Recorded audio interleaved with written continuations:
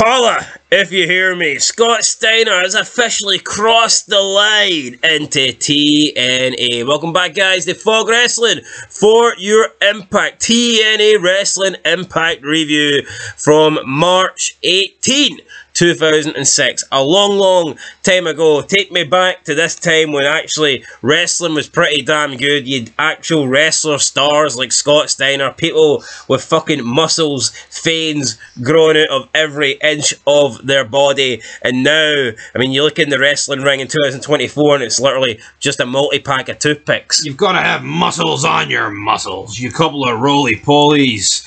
Great, Scott Steiner, it's fantastic to see him in TNA, and I mean, I like this WCW run, but I think the TNA run holds a special place in most wrestling fans' hearts. It does. TNA, Scott Steiner, what a combination. But we start the show with Jeff Jarrett and Jeff Jarrett's army. Jeff Jarrett comes into the ring, so he's with his usual crew. You've got Biz in there, America's Most Wanted, Scott D'Amore, Team Canada, Gail Kim and Jackie Gaeta. So they come out. Jarrett talks about the last pay-per-view, Destination X, and then he welcomes Scott Steiner. Scott Steiner comes down, makes his TNA Impact debut, gets in the ring, says he's been watching TNA for a long time, and he doesn't like TNA management. He thinks that not only has TNA management been trying to screw his boy, Jeff Jarrett, but they also screwed him by not hiring Big Papa Pump, and he talks about the guys that they have hired, guys like Rhino. Spits on the floor, doesn't like Rhino. Talks about Team 3D, two fatties, two roly-polies, two big, fat, obese men. Backyard wrestling. And he said if he looked like them, he would have stayed in the backyard. Nice wee line there for Scott Steiner. And then he buried Christian, and it's easy to bury Christian when you've got arms like Scott Steiner. Then you look at Christian, who's got fucking an upper body like an Ethiopian. Yeah, he really does, Christian, and we say it every week. Alright, Steiner looks like a star, Christian talks like a star, but he doesn't look it. I'm sorry, I think that's what held him back. Yeah, if Christian had a bit, I mean, you look at Christian, you look at Edge. It's weird though, I just couldn't imagine Christian with even like a Randy Orton physique. Like, I'm not asking the guy to have a Scott Steiner physique, but I think he would look so weird if he was actually built. That's because we know him as a skinny little rake. But anyway, Scott Steiner bashes him. Yeah, if Scott Steiner was built like Christian, it wouldn't work, would it? Nah, definitely wouldn't. Well, he wouldn't be able to use half his lines, would he? Freakzilla? Fuck no. Anyway, he talks about Sting, who is supposed to be the new face of TNA, but he says that Sting isn't here because Sting fears Scott Steiner, and that makes Scott Steiner the new face of TNA. So, I mean, it was a good opening promo. I enjoyed Scott Steiner, some funny lines there. It was nice to see him bury some of the people in TNA. My only problem with it was like pretty short, and it was like one and done. Yeah, it was one and done. Him and the Jarrett Brigade have left. You've no Sting or Christian tonight. Christian's like propping up a movie that no one's gonna fucking watch. Like, it is weird. Like, I get it. Sting, it's not like he has appeared in every Impact up to now, but I mean, you're taping like 5 in one go. He has appeared next week though, if that counts. Yeah, no, but you're taping 5 in one go, man. I think they could have pushed the boat a wee bit here, pushed the envelope out. Yeah, but who knows? Maybe less is more. Nah, who knows? Maybe something else will happen weird tonight, like Norman Smiley picking up a win. Yeah, we went backstage with Jeremy Borash and Larry Sabisco. Sabisco is complaining. He says that TNA upper management is a giant corporation, and he controls what happens in the ring and what matches are booked. I wouldn't really call TNA management a giant corporation, but... Yeah, see, this championship committee thing, he just hides behind it. To be honest, the entire company hides behind it. I need to know who it is. See, in WWE referenced the board of governors or whatever, the board of directors. You knew McMahon was the top guy. He was the head seat. Doesn't matter who's at the side of the table. TNA, I have no idea what's going on. Yeah, he books a 6-side of steel match next week between Team 3D and Team Canada. Samoa Joe comes in very angry. He says that if Sabisco is the man that's booking matches, then he better book his rematch. Sabisco then basically says that Samoa Joe's better than the X Division and says he's got bigger plans for him. But Sabisco leaves. Joe's not happy. He pushes, what's your wee man called again? Jeremy Borash. Jeremy Borash Pushes him into the wall, and then he grabs like some ornaments and furniture, throws them about, and then he kicks the door off its hinges. And I don't know if the door was fake or not, but I mean, it fucking flew off like a shotgun. Fake or real, it was a door going AWOL.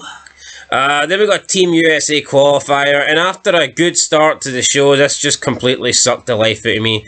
Sonjay Dutt versus Matt Bentley with Tracy Brooks versus Alex Skipper with Simon Diamond. But Simon Diamond did commentary, and it was probably the best thing I've ever seen Simon Diamond do. I mean, he was on commentary with Mike Tenay and Don West. I was listening more to that than I was paying attention to the ring.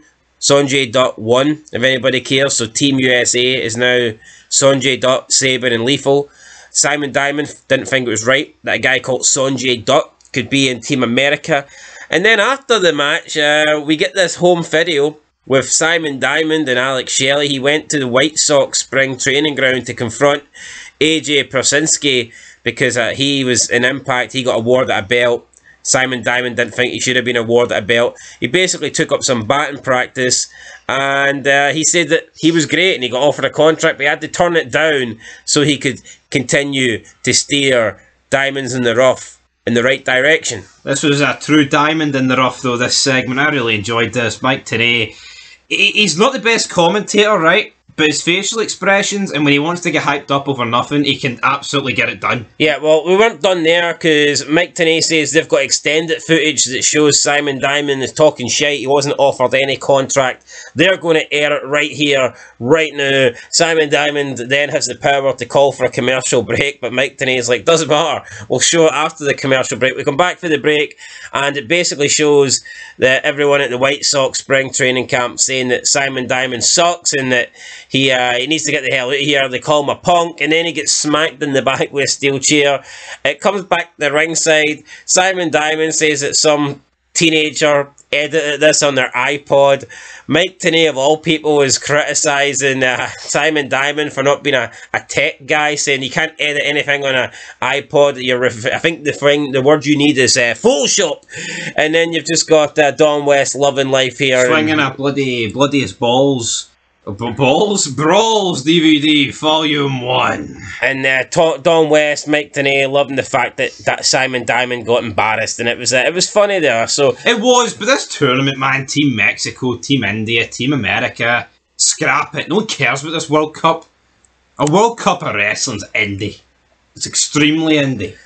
We then got an interview backstage, Jeremy Borash and Team 3D talking about the 6 sides of steel. Team 3D tried to be comedic here. They were like singing the Canadian national anthem while taking shots at Team Canada, adding their own little words, inserting their own little insults. I didn't think it was good. They weren't feeling it. I wasn't feeling it. You weren't feeling it. No one was feeling it. It was dead. I'm not saying that Team 3D can't be funny or comedic, but this wasn't it. It was pretty poor. The way the song and then goes, see when they switch though, when they switch to being serious, and the Bubba's like this steel cage match certainly won't be our first steel cage match, but it might be Team Canada's last. Like that's the way the Dudley should be: pissed off, angry, serious. Yeah, but the Canada song, it's not a very good song, no, to add lyrics in. It's like, oh, Canada. See, by the time they've got that, you're bored. Plus, Devon tried to rap back with fat, and that just doesn't work. So. Scott Demo fat. Yeah, it didn't work. Obviously, Bubba Ray couldn't really call anyone fat because he's a fat bastard. Match 7, not match 7, segment 7, it was Abyss with Fowler James Mitchell squashing Cassidy Riley. I mean, what was the point of this? I honestly do not know, but... Abyss wrestles every week. Yeah, you need to get your weekly Abyss match in, but there was just no need for this. I wonder if he's got a contract. Then we got an taped interview. Christian Cage said he couldn't be here, but that's a good thing because his ribs are pretty banged up and he's recovering, but he was filming on a movie set. No idea what the movie was called. He named these actors and I've never heard of them. Yeah, it wasn't like he named The Rock or anything like that. Then we got a promo backstage with James Mitchell and Abyss talking about challenging Christian Cage at Lockdown in a cage. So, I don't know. I mean, has this match been made official? News to me. Is Jeff Jarrett not wanting a rematch? I mean, does Abyss not need to earn this? I'm not quite sure. Did Abyss earn it? Have I forgot? No, he hasn't. He hasn't earned it. He hasn't done I shit. feel like anything that anyone beneath Jarrett does or earns has to then go to him. I mean, does Abyss deserve a shot at the title just for beating Cassidy Riley? I don't think so. And then we got our, not our main event, we got a tag match. Norman Smiley and Shark Boy taking on LAX, Homicide and Machete with Conan. Holy shit. Norman Smiley and Shark Boy won. Yeah, this was incredible. I said there's no way in hell these two are going to win. Norman Smiley, a guy that's been dead at this point for like a good 10 years. I mean, never, not that he was ever over in WCW, by the way, but at least... He's dead? No, I mean, like... Oh, he's dead in wrestling. He's non-existent. I mean, I don't know what he's been doing for the past 10 years at this point, but he's somehow in TNA. And then Conan just absolutely jobs out Machete.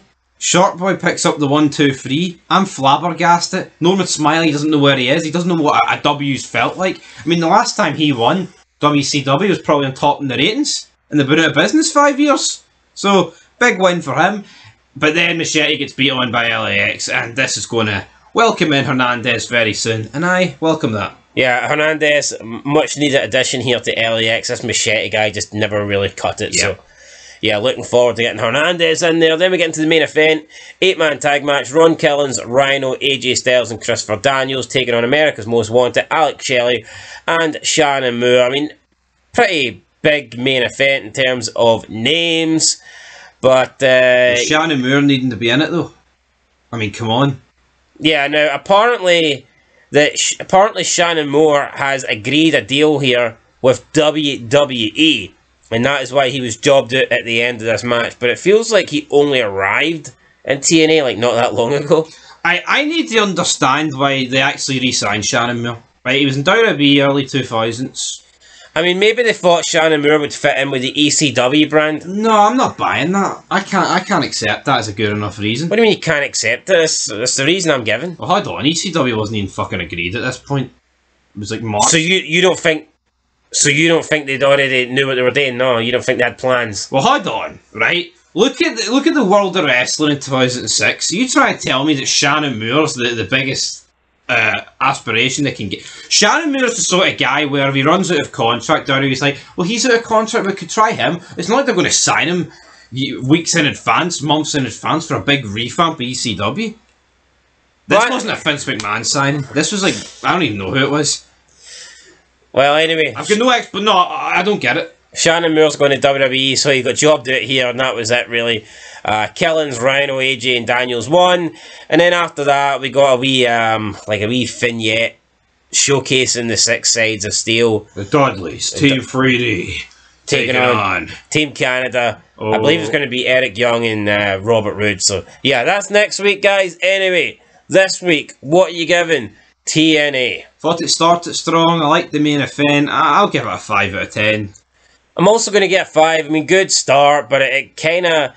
But you know what? I mean, I did like the Simon Diamond thing, and I liked the start, but yeah, the Team USA... stuff that was bad. Yeah, Team USA qualifier. For once, the Dudleys shut the bed, in my opinion. A Biz match was just a squash match that didn't need to happen. Christian Cage on a film set that we don't even know the name of. I mean... Yeah, I mean, like, and the whole tag match with Norman Smiley, and what the fuck was that?